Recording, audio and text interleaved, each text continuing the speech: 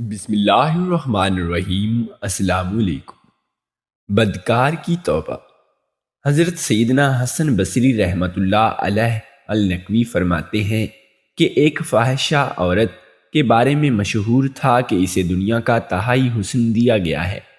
اس کی بدکاری بھی انتہا کو پہنچ چکی تھی۔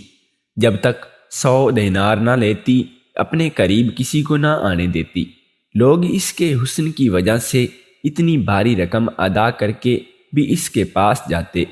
ایک مرتبہ ایک عابد کی اچانک اس پر نظر پڑی تو وہ بھی اس کے فتنے میں مبتلا ہو گیا۔ چنانچہ دن رات مزدوری کر کے 100 دینار جمع کیے اور اس فاحشہ عورت کے پاس پہنچ کر کہا، میں پہلی ہی نظر میں تیرا دیوانہ ہو گیا تھا۔ تیرا قرب پانے کے لیے میں نے مزدوری کی اور اب 100 دینار لے کر تیرے پاس آیا ہوں۔ وہ سونے کے تخت پر بیٹھی ہوئی تھی اور اس نے کہا، میرے قریب آؤ اور اپنی دیرینہ خواہش پوری کر لو، میں حاضر ہوں۔ عابد اس کے قریب تخت پر جا بیٹھا۔ جب دونوں بدکاری کے لیے بالکل تیار ہو گئے تو عابد کی عبادت کام آ گئی۔ اسے اللہ عز و جل کی بارگاہ میں حاضری کا دن یاد آ گیا۔ اس کی شہوت ختم ہو گئی، جسم پر کپ کپی طاری ہو گئی۔ وہ اپنے اس فعل میں بد کے لیے ارادے پر بہت ہی شرمندہ ہوا اور اس عورت سے کہا کہ میں اس گناہ سے باز آیا، یہ 100 دینار بھی تم لے لو لیکن مجھے یہاں سے جانے دو۔ عورت نے حیران ہو کر پوچھا، تمہیں کیا ہوا؟ تم تو میرے لیے بہت ہی بے چین تھے۔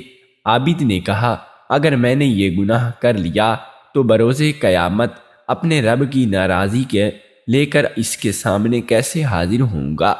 خوف الہی نے میرا دل تجھ سے اچاٹ کر دیا، میں یہ گناہ کبھی نہیں کروں گا، تم مجھے جانے دو۔ یہ سن کر عورت بہت ہی حیران ہوئی اور کہا کہ اگر تم اپنی بات میں سچے ہو تو میں بھی پختہ ارادہ کرتی ہوں کہ تمہارے علاوہ کوئی اور میرا شوہر ہرگز نہیں بن سکتا، میں تم ہی سے شادی کروں گی۔ عابد نے کہا، جب تک میں یہاں سے چلا نہ جاؤں اس وقت تک میں شادی کے لیے تیار نہیں۔ عورت نے کہا، ٹھیک ہے، ابھی تم چلے جاؤ لیکن میں تمہارے پاس آؤں گی اور تم سے شادی کروں گی۔ چنانچہ وہ عابد سر پر کپڑا ڈالے منہ چھپائے بہت شرمندہ ہو کر اپنے شہر کی طرف روانہ ہو گیا۔ عابد کی باتیں عورت کے دل پر اثر کر چکی تھیں، چنانچہ وہ اپنے تمام سابقے گناہوں سے توبہ کر کے عابد کے گھر پہنچی۔ عابد نے اسے دیکھتے ہی ایک زوردار درد بھری چیخ ماری اور اس کی روح عالم بالا کی طرف پرواز کر گئی۔ عورت کو اس کی موت کا بہت غم ہوا، پھر اس نے عابد کی محبت میں اس کے ایک غریب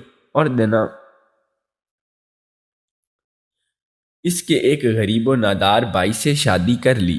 اللہ عز و جل نے انہیں 7 بیٹے عطا فرمائے جو سب کے سب ولی بنے۔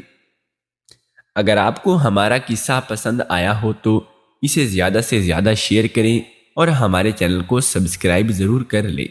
تو ملیں گے کل ایک نئی ویڈیو کے ساتھ، تب تک کے لیے ہمیں اجازت دیجیے۔ اللہ نگہبان۔